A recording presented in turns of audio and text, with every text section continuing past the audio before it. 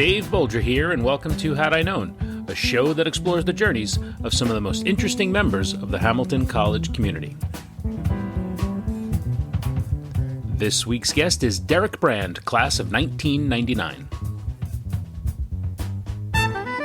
All right. Fun one for me, personally, this week. I get to talk to a good friend. You know, in each and every one of these conversations, whether I know the person prior to chatting or not, I learn something. And the opportunities that I've had to have friends of mine on, classmates of mine on this show, those ended up being the most surprising because I learned things about people I thought I knew. And this week, I talked to classmate Derek Brand. In fact, Derek and I joked at the end of our chat that this was probably the longest, most serious conversation he and I have ever had. That's not to say that it was all serious, because I can always count on Derek to make me laugh, and those laughs can often come at my own expense. And as you'll hear, it doesn't take long for that rhythm to set in.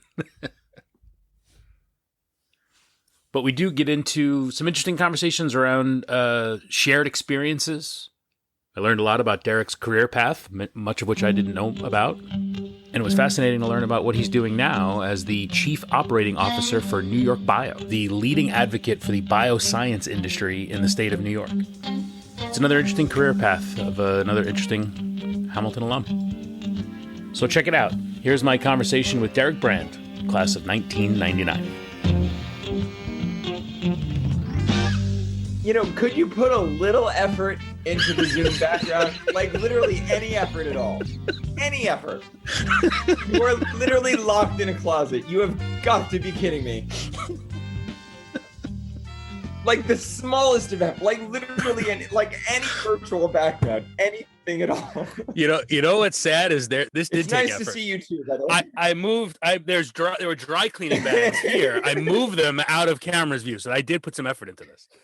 I mean, seriously, it's like, oh no, I want people to know that I dress well, so I'm gonna have suits behind me, and I'll have some that aren't blue or gray to show people there that I'm look, right? Yeah, there's a tan I know. Look, I know. That one's maroon. I got a lot of compliments on this one right here. Oh wow, that's brave.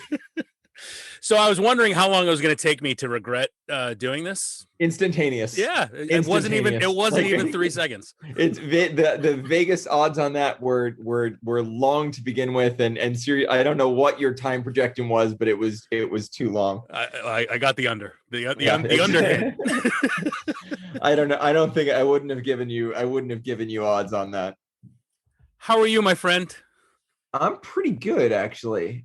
We're in, New York is kind of, getting ready for summer, I guess. And it's going to be, I'm kind of interested to see how, kind of out and about everybody is. They've been doing this thing where they've kind of had restaurants kind of spill into the street. And I think they're either making it permanent or at least keeping it up for a while. And that's actually pretty cool. I mean, we don't really go to restaurants very much, but the fact that they're doing it, I respect that.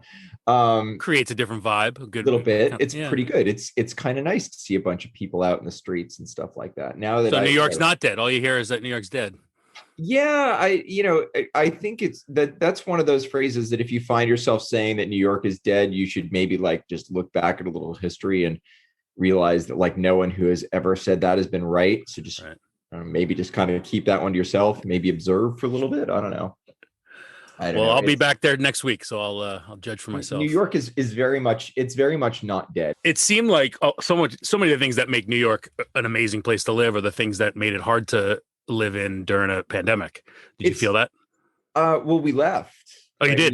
We did. So I grew up in New Jersey. I grew up, 45 minutes away. So we called my parents, we left, right? And we were there for about 3 months. And then we actually ended up staying on the campus at Cold Spring Harbor out on Long Island from July through November. So my wife works at Columbia. She's a professor in their Mind Brain Institute, and basically put together a research collaboration. So we were fortunate enough to go somewhere that, we lived on the campus, we were outside all the time, and more or less were, in this bubble with just a couple of other families, which was really pretty great. Oh, it's interesting. And yeah, we came back to New York City. Literally, we came back like in like the 1st of November. So the first week that we were here, our kids were supposed to start hybrid school, and it was the week of the election. So, nothing like coming back to New York during a nice, calm and serene time during everything. So, and we've been back ever since. So it's been, we made it through things. We spent a lot of time together as a family, and we all got COVID in December. So oh wow. Well, that had a whole other. That's a whole. I don't know that we have time for that whole story on this podcast, but we were very fortunate that all of us had mild cases, and we, our kids were both positive, but they didn't have any symptoms at all. I think one of them had a fever of like 99 for about 20 minutes. And neither of us were all that bad. So we were good. When it came down to it, we were lucky. Right. And any long-term symptoms, or I don't think so. No, not that we really, not smelling, tasting, you're all right. No, we never got that. We never got to the point where we lost taste or smell or anything. Right. Good. And I think one of the most difficult parts was the fact that it can turn really quickly. And there's not a heck of a lot you could do. You either had a case that was bad or you didn't, but there was really no way of knowing when you first got it. And there was really no way of knowing when kind of your immune system would be exhausted and you could kind of take a turn for the worse. So you're quarantined in your apartment and can't go anywhere. And we didn't leave. We literally didn't go out the door because there's some people in our building who are older and immune compromised. So we literally didn't leave our apartment for a couple of weeks. And you sit there and you have this not quite just looming dread, but you just know it's a possibility that things get worse, and you're prepared for what happens if things get worse. Did you find yourself overanalyzing every little symptom? And is this worse? Is it? No. Am I worse now? No, you didn't. No. You're a better man than I. That's what I would be doing. Yeah, it's there. It's kind of in the back of your head, but if you do that, it'll drive you crazier than you are already. And also, I probably got a little bit of symptoms first. So we at least had like a run of like 12 hours where we knew I was positive and we didn't know if everybody else was. So basically I was locked in a back room first, and everybody kind of knew something was coming. And then thankfully when we all had it, it was like, all right, nobody needs to be locked in one room. We just need to be locked in like one specific place. So yeah. All things considered, that's a pretty good story and outcome. So good for you. There were a lot of people that were less lucky than that. So we were really fortunate when it came down to it.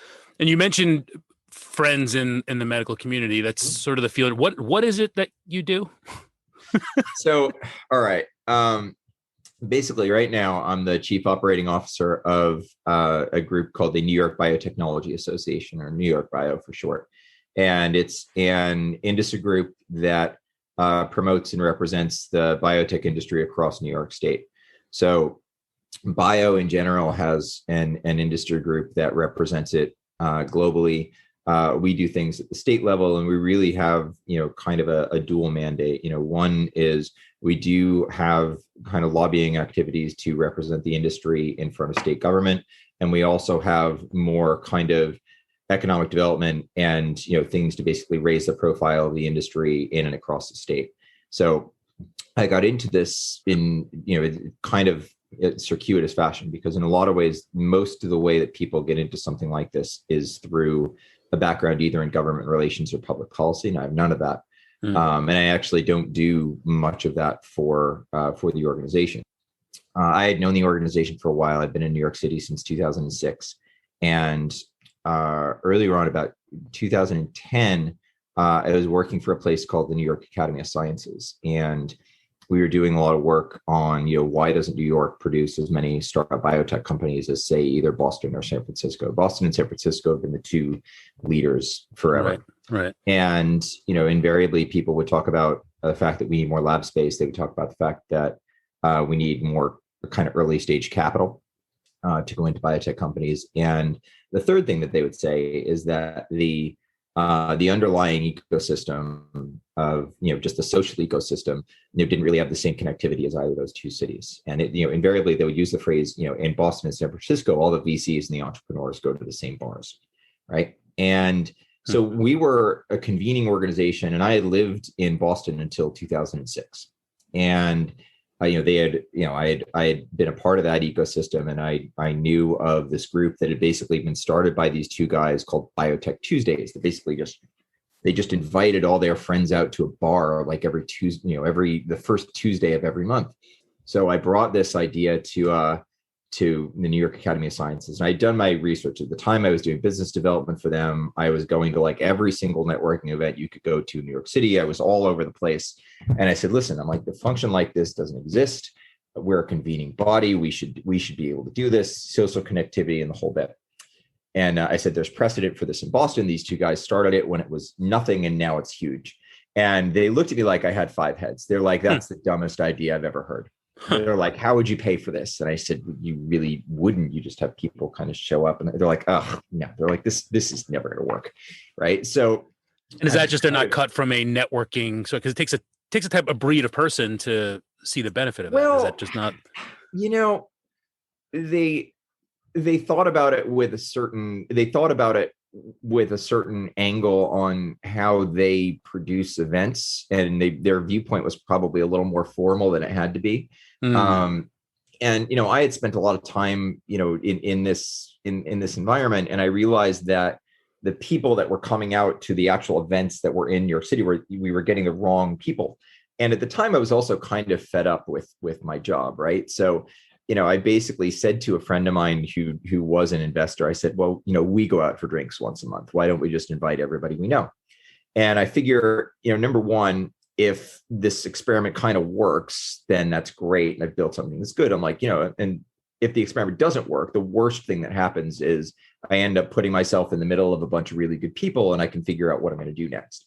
And suffice to say, the experiment worked. So I just kind of kept doing it. And I figured, after the first one, so we got like 100 people to come out to someplace in Midtown on a Tuesday or Wednesday night. And I figured I would kind of get yelled at the next day or something because everybody would have heard of it. And turns out they hadn't heard of it. And nobody heard anything. So the next month rolls around and I did it again. And I ended up doing that for basically 10 years, regardless of what job that I had. And what happened is it managed to kind of put me in the middle of more or less everything that was happening in biotech in New York City. So if somebody moved from somewhere, they got introduced to me. If somebody needed to connect with somebody, they got introduced to me. If somebody needed to find somebody to work with, they got introduced to me. And it got to the point where I was basically sending emails to 3,000 people a couple times a month, and it was literally in an Excel spreadsheet. And I found the limits of bulk emailing through Gmail. I found out early on that you could only email 500 people at a time. So I would have to send multiple emails to different portions of this list. And I just kind of kludged it together. And, basically I ended up just kind of carrying this with me. I ended up, I was part of the management team of a startup company. And this was, a great starter kit for biz dev. And I kind of just took the network with me wherever I went, and it turned into a real asset. I ended up spinning a conference out of it too, just because we kind of needed something like that. I co-founded it with a friend of mine about 5 years ago now. And so anyway, back to this. So a new CEO comes into New York Bio. And at the time, I had, just basically, I was consulting for a bit. I had started a company, and, I don't know how much of this we want to get into, but basically got, stabbed in the back by a delightful venture group. And, so I was basically consulting for a few people. They got a new CEO at New York Bio, and she had come in and said, I don't have a lot of connectivity to the entrepreneurial network here. I do have a background in government relations, but is this something that you can kind of come in and help me with? So I started to come in as, a bit of a strategy role part-time early on. And I found I really liked what I was doing. I work really great with Jennifer. Really, really enjoyed working with her, and basically looked at what we could build and looked at how we could reshape the organization, and just really liked the opportunity. I mean, New York has been on an upswing in bioscience for really the last 10 years, although it's been much more visible in the last 5. And it's been fun. It's something that I care about a lot. I've been involved with this ecosystem a lot. Our organization is statewide, so there's things that we can do in other places in the state that I really like. But we've done some really good things. I mean, during the pandemic, actually we run a lot of in-person meetings, and that was shut down right away. Yeah. So during the pandemic, we basically looked at what we could do digitally, and we started this webinar series that's run every Tuesday morning. So we've done one of those, I think, every single week except Christmas since the start of the pandemic. I've seen you post a lot on social media about that. I wanted to ask you about that. And you get a good turnout for those. Yeah, we do. I mean, building an audience is kind of hard. I mean, and you think about not for me, Derek, not for me, not for you. I'm very excited for both of the people that are going to listen to this episode. Matt and Jeff are really going to enjoy this banter. I tell you, all of them.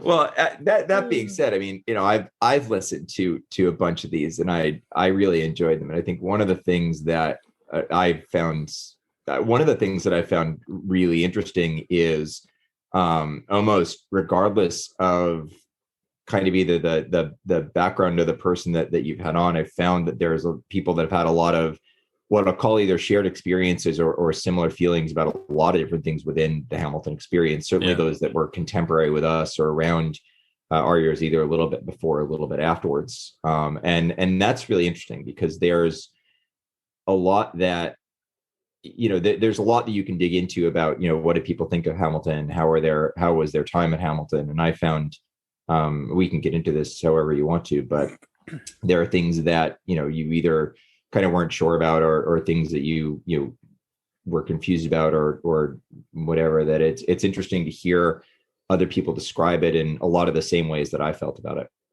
Yeah, so, and ways that no one talked about at the time. Right? Oh yeah, so nobody talked about it. You go through it and you're like, oh, you were doing that too. Like that's one of the biggest ahas that I've had throughout this process. It's funny, right? I think that the prevailing notion, or at least I kind of felt this way. I kind of felt that everybody knew what they were doing, and I most certainly did not. Right. So there was a lot of that. So it's sometimes in life, it's just nice to hear that other people are kind of as messed up as you are in some way. Right. Oh, you were as insecure as I was. Oh, that's really good. We're all dealing with that. Yeah, exactly. You had a good veneer up, man. You seemed like you had a lot of confidence and knew exactly what you were doing. So true. Fake it, buddy. Well done. It's so true. So, and as long as I've known you, I don't think I know this. How did you end up at Hamilton? I got rejected from Williams, Amherst, and Dartmouth in a span of 2 days. So those were not my favorite days in high school. Looking back on it, I had looked at a bunch of smaller schools that had Division III hockey teams that I thought I could play on, which, when you either write it down on paper or say it out loud, you look at it now and you're like, that's actually not the best way of choosing a place to go to college. Right. It's, it's suffice to say, I would go back and do a lot of things differently. But that's how I ended up there. And I got into Hamilton and Middlebury. And I think Bowdoin. I think Bowdoin was later or something like that. But we had gone to see Middlebury, and Middlebury is very gray. So it was very gray. The day was gray, and there was no one. Like it was empty. It was like a ghost town. And you kind of combine that feeling, all of that, and it just didn't leave me with a great feeling for the school. And I look back on it now.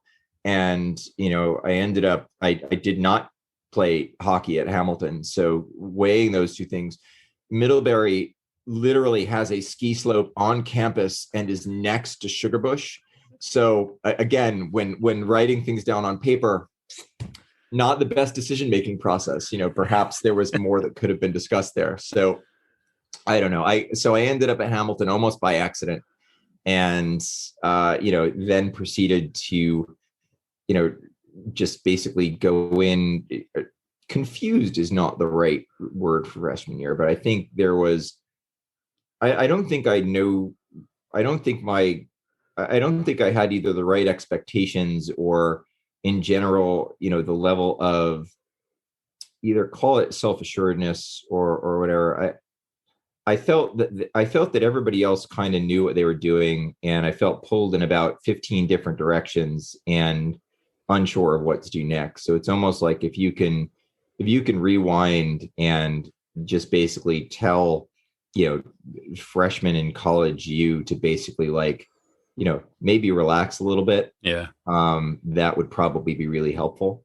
And, I will say that since that, it's funny, you look at the experience in college, and I look at mine, and I would, if you think about things that you would do differently, I would have no problem basically going back and, wiping freshman year off the map and doing it again, just roll the dice again and do it differently. Maybe giving myself a little pointer here or there, but just go back and do it again, because, it's not your best work.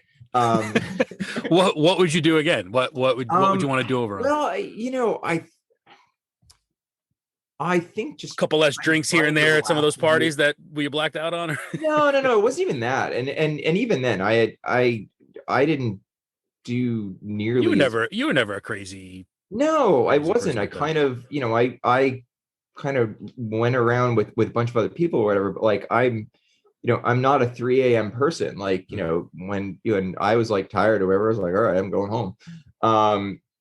And it just, I think having a little bit more along the lines of, I don't know, it just feeling like you didn't need to be pulled in one direction or another. I think the residential life stuff made everything a little more confusing. Yeah. And at the time I also, so in thinking about this, number one, I had never had, any exposure to, anybody I didn't know a prep school from a hole in the wall. Right. Yeah. So I immediately felt like there were, a little clickiness, so that might have been a little bit more perceived than it was true. Yeah. And also, like, they kind of knew what they were doing. And I was going to ask you, you think it's the prep school people or that gave off the impression that? I felt a little bit of that, but honestly, I lived with, I think there were like 6 or 7 people from Deerfield in our class, maybe even more than that. And this was this like tightly knit group of friends that was all easygoing with each other or whatever. And, that was, they all seemed to know what they were doing, and that was fine. And again, I don't think that, I don't want to say it in like an accusatory way. I think that was just kind of the way that I felt. And, I thought trying to fit in was a little weird and a little hard. And it's funny, in high school, you have, if you're kind of good at the basic stuff and more or less following the rules, like, you're fine. You know where you are grade wise, where certain things are or whatever. And you have, structures that you can fit into, and all of that is reasonably easy. So it's pretty easy to keep score. In college, that's kind of, wiped off the map a little bit.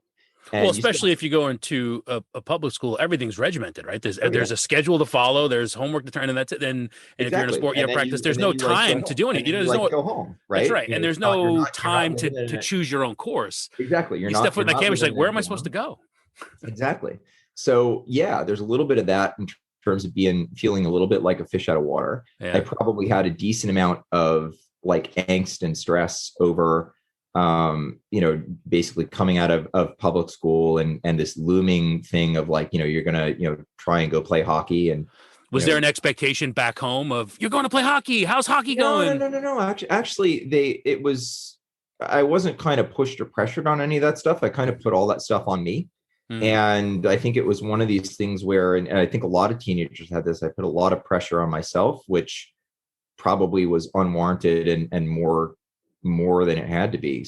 So Right. I wasn't relaxed about that stuff. I constantly was in my own head about those things. And that makes it even tougher to basically just relax and be who you are and not let all of the other stuff get to you. Give yourself a So break. Yeah. a little bit, yeah. Yeah. And I ended up, number one, I ended up both not playing very well and getting hurt in tryouts. So mercifully, the hockey experiment was over freshman year. It wasn't very fun, but even then, probably, at my best, could I have played for that team? Yeah, maybe, but it was never. It's just one of those things in life. You eventually find your athletic ceiling, and it hurts, but everybody's going to do it sometime. Which ultimately led to me playing rugby when I was a sophomore. So hey, silver lining, right? Thank God for that. Yeah. Yeah. I asked the question about pressure at home is because that loomed over me for a while, this expectation from home, because I went to Hamilton to play football. I was recruited there to play it. And I've told this before, it was the best school that was recruiting me, and that's where I went. Yeah. It makes it makes all of the other parts of that decision go away, right? It's this overwhelming, looming influence of this is basically the thing that decides where you're going to go. Yeah, and then the pressure then I have to do it when I'm not really sure I want to, and this I don't know if this is for me, and then ultimately made a decision not to play, and then so there was disappointment I had to face from certain folks on campus, and then anytime I would go home for the following year plus, how's it? What are you doing? Your football? You're not playing. What? I can imagine like that just like the pressure on that just felt. It took me a while to get out of that funk and have that cloud over me. Yeah. And the other thing you said, which is interesting to me, is and I've heard other people say this too, is when I ask how they ended up at Hamilton, well, I didn't get into this school, or I didn't get into this school. I felt a lot of that from people. So therefore there seemed to be this underlying sense from a lot of people of resentment of this isn't really where I wanted to be. Whereas I came in and like, this is a school. I shouldn't be here. You know what I mean? Like, I don't know what you're talking about. This is a great school. But I think there was a lot of that at the time of it was the second or third choice for a lot of people. And it impacted, I think, the attitude. I think, well, you probably, you think about it, right? I don't know how many you have kids that were, in the top 10 of their high school, and you apply to a bunch of schools. And especially if you're looking for a smaller school like Hamilton, you're going to apply to probably most of the NESCAC schools. Yeah. And, if you look at it on paper, Williams and Amherst and those guys are always number one and number two. So of course you're going to apply to them. And just the rule of small numbers, they're incredibly hard to get into. So mentally, I think people probably, if you apply to all of them, I think mentally you convince yourself that you want to go to the number one or number two one because, they're number one and number two, right? And again, you have this kind of synthetic thing in your head that makes something the number one choice because someone else ranked it number one, right? Rather than saying, I would like to go to a school with good academics in the beautiful, sunny, warm, rolling foothills of upstate New York. Like, for people that really enjoy like just mud for like 3 months of the year, or like if they want something to glimpse like the fleeting beauty of like the 2 weeks in September where it's spectacular, or someone who's just never seen snow on Halloween. All of these people are all of these things are potential selling. Or May 15th, our freshman year. Yes. Oh, I remember that vividly. We had, and it was not a little bit of snow. It was a solid like 2 feet of snow that was still there. Yeah. I was living in Jersey. I tell where I was home in New Jersey. It was my last final. I drove home that day. I was in shorts and a t-shirt in New Jersey later that day. My mom picked me up and she's like, "What the hell is this?" But the mud, you're so right. No one talks about the mud. No one talks about the mud. Because after months and 6 months of snow, that all melts. And then when the nice weather starts, you're just covered in mud for the remainder of the spring semester. It is just mud. And really, from a rugby standpoint, it's spectacular. That's spectacular. If you enjoy playing sport, really, if there was a selling point on if you enjoy playing sports in the mud, let me tell you about March and April, right? It's true. It is very, very true. So I had a looming thing in my brain about not playing football and trying to figure it out. Your hockey career ends, and we both discover rugby, and obviously it's the most amazing part of your college experience. You say that facetiously, but really, if I'm gonna rank stuff, I was thinking about this. I actually, you're gonna be shocked to hear this, but I did some actual preparation for this interview here. So More than I did. hold on while I register my surprise, right? So let me just tell you. So I started this webinar series every Tuesday, and literally we have really good guests that come on these things, and I spend a good chunk of time basically like laying out a whole bunch of things that we could talk about. I send it to them in advance. We talk about it in advance. We try and find different angles on things or whatever, all of that. So, it's not like I was expecting you to FedEx me a package of research or anything during the week, but, maybe a text or two on like, hey, this is the way we lay stuff out, or this is the way that I like to try. So I thought about programming kind of a Dave's regret meter on the right side here, but it's not actually an add-in in Zoom.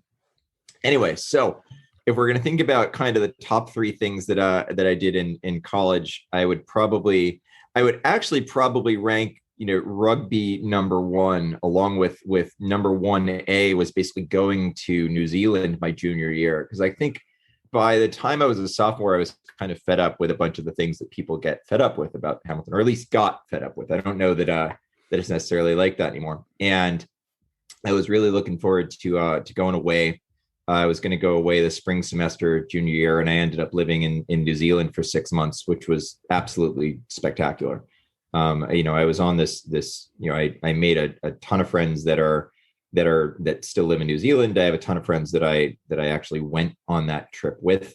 And it was just, that's 1 and 1A. And ironically enough, I will say that number 3, probably was, so I was a biology major, but I got a math minor. And I would say the third point is probably, still taking, kind of keeping on taking math, because it ended up just being incredibly helpful. So when I got out of college, I was the first employee of a startup company that was trying to basically make a non-invasive glucose monitor, and I ended up kind of doing everything at the company. But one of the things that we would do is what would now be called AI type stuff, right? Like multivariate mathematics and things like that, which I would never have been able to do without, kind of beating myself into, continuing on as a math minor. So I think that's number 3. There's probably other stuff that I could rank in there that's a little bit more important.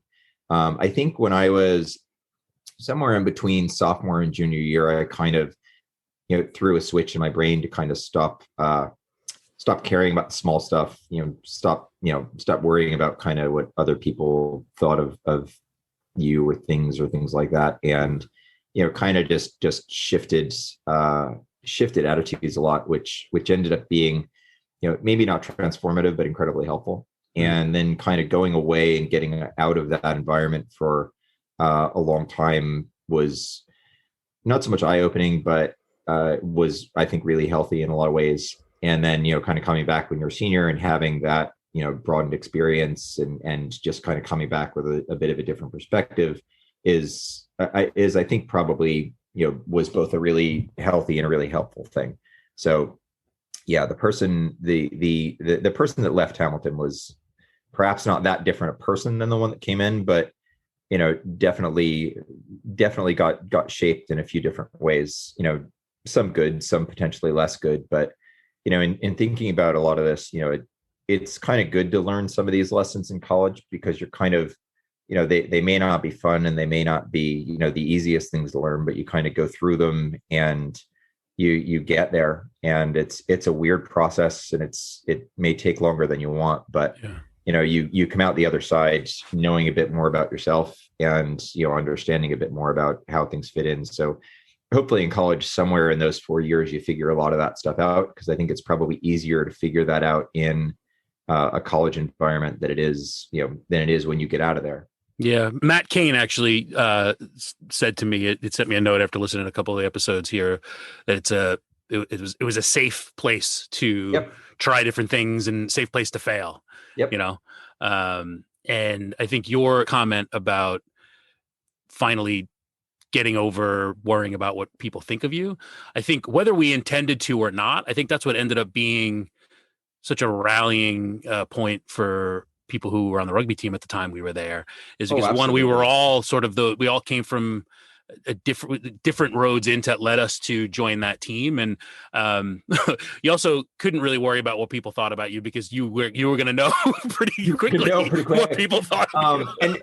But it's interesting, and we've talked about this, right? I think rugby was ultimately a very safe environment, right? I think it was a space where you were kind of given free reign to, more or less express who you were, express your opinion, try out jokes that may or may not work. And interestingly enough, you do it in the crucible of, this kind of crazy game, which, almost universally, when you start playing it, you don't understand what any of the rules are.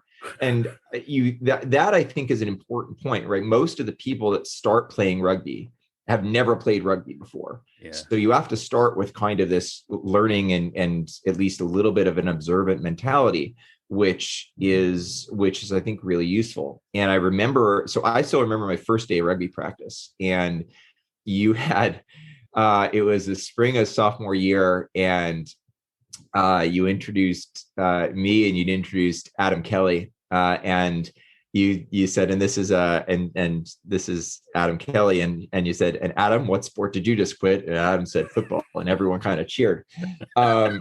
It's funny, rugby kind of introduced me to a lot of people that you wouldn't necessarily have been introduced to otherwise, right? We had people from almost every social, I think every fraternity at one point or other was represented. Every fraternity, every social circle you can think of. I think the proximity to the women's team also helped that too, right? I think that was ultimately a really good kind of blending environment, right? Because you also had the equalizer where you were at practice, you were playing a game, and none of that stuff mattered. Right. I never thought about it at the time, but in looking back, there had to have been a sense of whatever fraternity a player was a part of. This was an opportunity for them to get away from that, right? Whatever was going on in someone else's life, it was an opportunity to get away from all that. And this was, and all that stuff went away. No one cared. No one cared. No one talked about, oh, you're in this fraternity, you're in this, or you do this. And no, it was just, we were all part of that team. I don't know if it was an escape per se, because I don't know that everybody tried to get away from it, but it was one of those things where, it was different, and it was a place where it didn't matter. So if you were kind of fed up with stuff within your fraternity, didn't matter. Rugby practice, you didn't. No one cared, whether you were wearing a fraternity hat or not. Like it just didn't matter. Right. And I do like the phrase that it says you learn more from somebody within an hour of play than within a week of conversation, right? Or the phrase goes something like that. I think that's really true. You basically are you're all in kind of this environment where none of that other stuff matters. I mean, even now I find that from my mental perspective, whether I go play hockey or whether I go surf or something like that, I am, it kind of clears a lot of the cobwebs, and, just your brain just goes into a different gear when you do that stuff. And the stuff that either is bothering you, or the stuff that you can't figure out, or the stuff that you've been thinking about really hard, you don't tend to think about that stuff. Not that you don't think about it anymore, but you don't think about it in the same way. You kind of get lost in what you're doing, and a little bit that it fires some different neurons, and it's a healthy thing. Yeah. And the not knowing the rules, that's a great point. It's a great equalizer. The best athlete in the world can show up having never played the game, and it knocks them down a couple pegs, because there's a lot of things you need to know. And great run, but it was illegal, so come on back. Well, and it's funny because I remember our senior year. I forget which team it was, but we were playing a team that was that had they had a bunch of good athletes, and 3 or 4 of them would try and like gang up on the ball carrier. And in rugby, if there's 3 or 4 people trying to tackle one guy, that means that people are very open. So I as you remember, I played fly half, so I was the first person that got the ball. And what would happen is I basically just kept running into 3 or 4 people, and I would pass to either Canoyer or Ben Myers, and they would be gone. I think we won by like 40 or 50 points. And I think most of what I saw was like, that I saw a lot of dirt, but we ended up scoring. Like I had a lot of people tackle me, but the people that got the ball after me tended to do quite well. Yeah. And even in like the second half, and it's like, 3 of you again. All right, here we go. Right. And there's something to be said for winning, breeding, camaraderie and togetherness. We had a lot of success, which I think helped melt away a lot of the other crap we were talking about earlier. Winning is nice medication. Like it's a lot of fun to win. And we had fun when we won too. So I played for probably 4 years after we got out of college, and I played for a team called Mystic River outside of Boston. Mm-hmm. We were a really good team. I played with a lot of really good people, but it really wasn't the same. It was fine. I like the guys. I still have a bunch of friends that we played with, but the game mentality was a little different. Certainly the practice mentality was different. There were no upside down margaritas at practice, which, I suppose is a good safety measure, because most people drove to practice. That probably would have been inappropriate for driving back home. Yes. But yeah, it wasn't even the after game stuff. There was no socializing with the other team. You really kind of didn't do that. And it was very much a different environment than what we had in college. And again, it's one of the reasons I look back on it so fondly, just because it really was a lot of fun. And it was. We had a lot of people that were in it for the right reasons, and really we just had a blast. I always had this struggle as the captain / coach for the 2 years where I served in that role of, wow, we're really good and we have an opportunity to really go far in, postseason tournaments. Yeah. So let's get, and the athlete mentality of let's buckle down and practice and get better versus, but that's not what people are here for. We want to win, but so there was always this moment in my brain of like, fuck it. Okay. Yeah. There's only kind of so much that you can do. And, it's not. It was always a balance. It was always a balance to make sure that if we're not having fun with this, then it's not worth it. It's interesting though, because we very famously didn't have a coach, right? Even with Tim Burdick's attempt to, right. We rejected it. We very strongly, very, very, very strongly. And I don't know if they have since. They do. I think they've coached up. Yeah. So. But I think the at least at that point in time, with that collection of guys that we had, the fact that there was no coach was what was attractive to a lot of people, especially for those that had come from a varsity sport that still missed the competition, but was tired of the BS of being yelled at and taking it so serious because, hey, you're not going to go pro from any of these, with the very, very, very few exceptions in the history of Hamilton College, you're not going pro from it. So this is the end of the line. So what am I, if I'm already struggling to get, good grades in class, what am I putting all my time into this for? Let's just go have some fun with it. And that's the mentality I think that a lot of us had. We never talked about that. Maybe we did a little bit, but it was just, that was kind of like, it felt like that's what everyone was doing. Well, to be fair, you already interviewed like the only other people at Hamilton to go pro in anything exactly. on the show. So really you're on, in hockey terms, you're on like, we're on the fourth line here. Glad to be a part of the podcast though. Well, it makes one of us.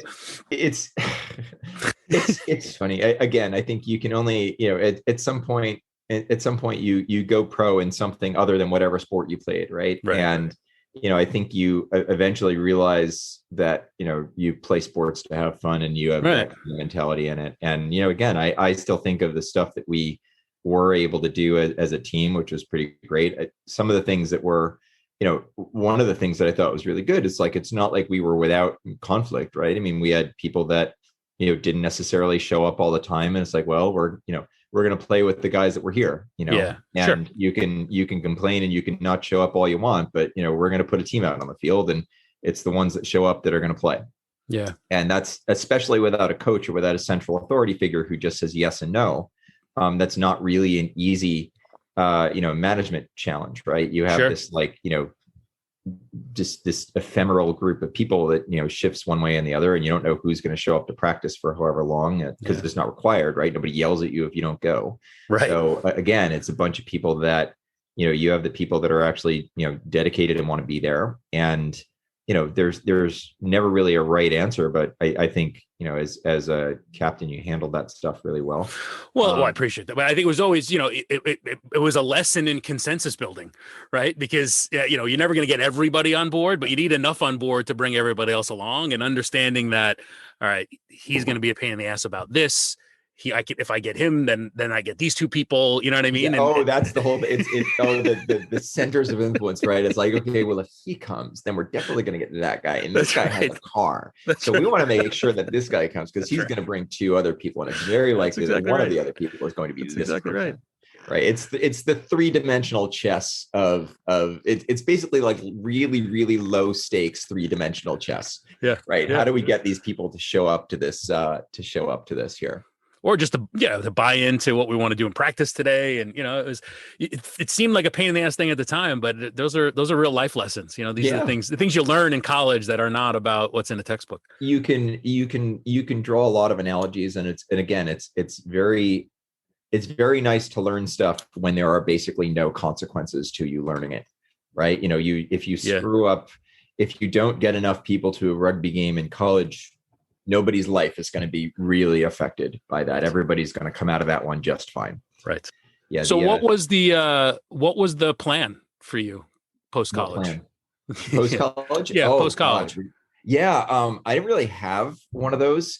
And it's funny. I think that was, I don't know how I would do that one differently. I think nobody ever really gave me the pep talk about like why people go into finance. So like, I just missed that boat completely. There were all these people around me that were trying to get internships at banks, and it just sounded like, the most boring thing I could think of. And, obviously that's not true. There's a lot of really good things you can do. Like if I'm going back in time, I would sit me down for like half an hour and just like run through the ropes of like, this is what careers in finance are like. This is what management consulting is. You've never heard of that, but like, maybe you should take a little look at what these people are doing. But back to that point about people having it figured out and you not having figured out. But there were these people who knew what that was and they were doing that. I'm like, where did they learn that? So I was a science major, right? And I had a general. So I didn't really know where I wanted to take that. Part of me wanted to go be a doctor, and part of me wanted to, stay in science in one way or another. But I didn't really have I didn't have a great idea of the machinations on how that worked very well. I didn't know really what it meant to go do a PhD.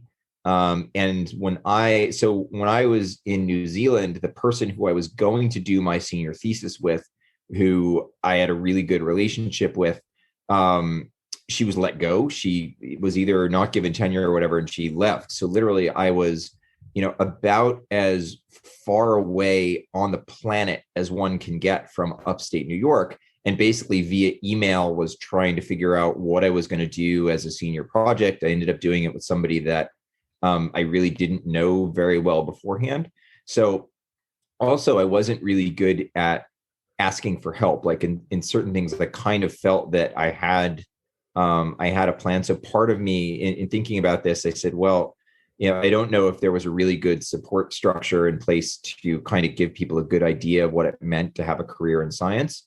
But also, I don't know, I don't think I explored that terribly well. And, the people within science at Hamilton, whether, Ernest Williams and Bill Fitch in biology, or Robin Kinnell in chemistry, all of whom are still there amazingly and somehow look exactly the same. I don't think they've aged in the 20 something years since we've been there. I mean, I literally was back a couple of years ago, and I spent some time kind of roaming the science departments and ran into a few of them, and they all look the same. Also, Marge in the cafeteria looks the same. So there's something that someone should look at the water in Clinton, because Well, they're all frozen. They're literally I frozen. get they have not aged. They look very similar to what they looked like when we were there. So anyway, quick tangent. All of them are, I think, really, really good and really helpful. I thought they were great when I was there. So I really kind of have to take some of the blame on that one. I probably didn't utilize the support structures that were there enough.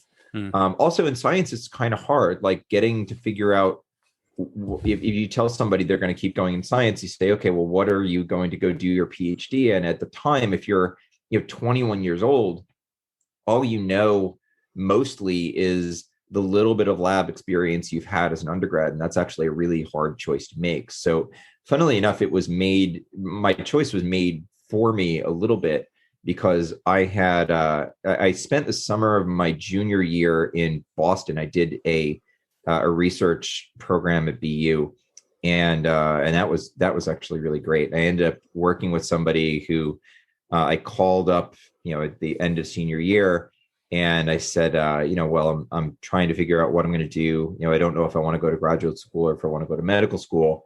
Is there anybody that you could either introduce me to or send my resume to? She responded with, well, I'm starting a company. Do you want a job? And I said, yes. And, funnily enough, we, as things go, that ended up being my first job. It ended up being, good and challenging in a lot of different ways. It was basically, again, it was this startup biomedical company that, it was 1999. We raised a bunch of money. What we were doing didn't end up working, and the company just absolutely exploded in a terrible fashion. So if you're going to learn that lesson, that's really good to learn at your first job, so you don't have to have it catastrophically happen when you have other, things of large consequence in your life. So right. I ended up but that taste of the startup world, that taste of biotech, was enough to keep you going in that field. Well, yeah, I mean, I ended up going to business school while I was at the company. And I ended up, instead of turning around and, basically going to, either a Harvard or an MIT where you can go full time, I basically went to school at night while I was at the company, because I said, I'm doing really good things scientifically. I'm learning a lot. And I kind of wanted to, basically, keep on doing both. The company actually at the time, they paid for it while I was still there, before everything kind of blew up. So that was a good deal. I like to say that it's funny. I met my wife at said company, so I like to think that was really the right life choice, because I don't have an MBA from Harvard or MIT, but I did your wife out of the deal. So I think I kind of came out ahead on that one. That's awesome. My stock options weren't worth anything, but the family I have now is really good, so I'll take it. That's what you won. You won in that endeavor. That's for sure. So are your efforts in raising the profile and raising the game of biotech in New York working? I think so. It's hard to attribute anything. It's hard to attribute anything to one group, right? I think so. Just to nerd out a little bit on New York. New York has always had probably one of the best concentrations of academic science in the world, right? We have Columbia, NYU, Sloan Kettering, Cornell. The list goes on. It's exceptional, and it's a great grounds for new inventions, breakthrough science. We literally recruit some of the best scientists in the world to come here, and they end up doing very, very good things. So we've always had that as kind of the bedrock of the industry. And over the last few years, there has been these, kind of large increases in the amount of venture capital that has gone into new startup companies. New York has had good success in terms of building out new lab space and new infrastructure. So all of the puzzle pieces have kind of been being put into place for the last, really for the last 10 years. So I think with that being said, yeah, it's probably mostly me. Yeah, there you go. That's what I was looking for. No, so I'm happy to play the part that we play in it. We try to do a good job of supporting everything. And now we have really a statewide role, but this is something where the things don't happen terribly quickly here. It's one of those things where you kind of have to keep at it, every single day and do all of the good things you can. And then kind of you turn around a few years later and look back and you realize that the stuff that you did was actually valuable and ended up being successful. So it's hard to look at success. It's hard to see something you did yesterday and say today that's going to be successful. So I hope in looking back, in about 5 years or so, I'm hoping that the stuff that we're putting together now is going to be really valuable and end up influencing things for the next few years. I think we're doing a good job. We have a lot of people that I think are energized about what's going on in New York. We have a lot of companies here that have been kind of formed pretty recently that I feel really good about. They're doing really good things. What's something that you've seen that one of these companies working on that would blow our minds? So I'll just picking something out of the air. There was a company started out of Colombia called Calliope, which is basically doing things on the gut-brain axis, which is basically the microbes and stuff that interact with the nerves in your gut really affect a number of the other things that we have going on in our body. And they do really good science. I mean, the origin story of this is really great. You had a guy who was a venture capitalist named Adam Goldburn, who spent like 3 years talking to some of the folks at Columbia before this vision actually got put together. They got in as CEO, they got a woman named Nancy Thornberry, who was the person who did the wing development of a drug called Januvia at Merck. And they've built out a great team. I think they're close to about 100 people, but honestly, they're one of just, really a handful of, there's a bunch of stuff that's really exciting. I could pick out, smaller companies here or there, some that are trying to kind of, do super targeted oncology things and cell and gene therapy that I think is exciting. We have, a company that, kind of just sprung up that's doing gene therapy for, Alzheimer's and other mental disorders. It's really exciting. They're already in the clinic. The list just goes on and on. So I think that in 5 years, the dynamic and the landscape within New York is going to look really different. I think there's some of these companies that I think are going to end up being really important. And again, it's one of those things where you're going to look back and a lot of the right things had to happen for them to grow up. But, biotech development is weird. It takes a long time, and, a lot of the science doesn't end up working. But, a lot of the times that even if folks work on something that doesn't work the first time, they go and try and do something again. So even the companies that don't necessarily make it out the first time, you have people that learned a lot of lessons and capital gets redeployed and they go in and they do it again. And that's where the next breakthroughs come. So again, you look back after a while and you say, oh, we have all of these great companies now. And, there's a story behind where every one of them came from that has kind of 2 or 3 other iterations before it. So biology has a very long tail. Yeah.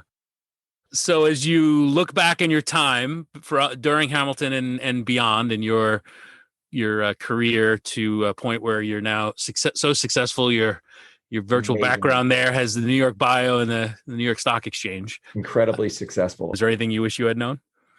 Oh God. I mean, we talked about this a bit. I mean, I would take freshman year as a do-over. I think there's a whole bunch of things that I would do differently. I think ultimately it comes down to, I think the faster and the more effectively people can get comfortable with themselves and who they are and things, I would really tell like 17-year-old me to kind of chill out a little bit and just kind of, maybe recognize things as they are. I would probably, I would say I would kind of institute a little bit more self-awareness, but really there's only so much that you can do. I'd like to say now that I'm infinitely more self-aware than I used to be. Although when you start from zero, that's, just mathematical certainty. So I don't know that I could help myself all that much.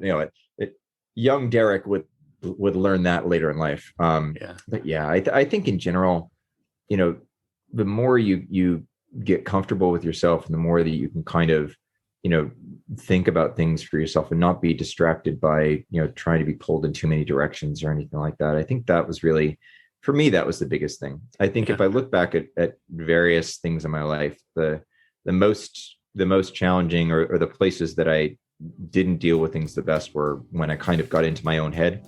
And then just things didn't, I was never the best version of myself when that would happen. So, I would do things, slightly differently and maybe figure things out faster. But, maybe when it comes down to it, the reason that I can think about that this way now is because the lesson was hard and because it took a while to learn.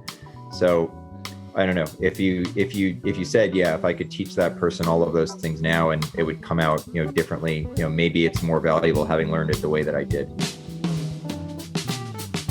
All right. That's my friend, Derek Brand, class of 99. He may not have felt like he had it figured out at Hamilton, but sure sounds like he's got it figured out now. If you're interested in learning more about the work that Derek does with New York Bio, you can go to newyorkbio.org. There's actually a great archive there of some of the virtual events Derek mentioned that they've been hosting, and you can see Derek in action in some of those videos. We'll have a link in the show notes so you can go check that out. And you can compare my hosting skills to Derek's hosting skills. And if you want to give feedback on who you think is better, I'm sure Derek would love some feedback on it. My thanks to Derek Brand. It was great to catch up with a friend, and I really enjoyed learning some things about him. You have been listening to Had I Known on WHCL-FM, Clinton, New York. HadIKnown.buzzsprout.com. Had I Known Show on social media. As always, my thanks to Dr. Michael Woods for supplying the music on this show, and once again, Doc is going to play us out. Hope you enjoyed the show. We'll talk to you next week.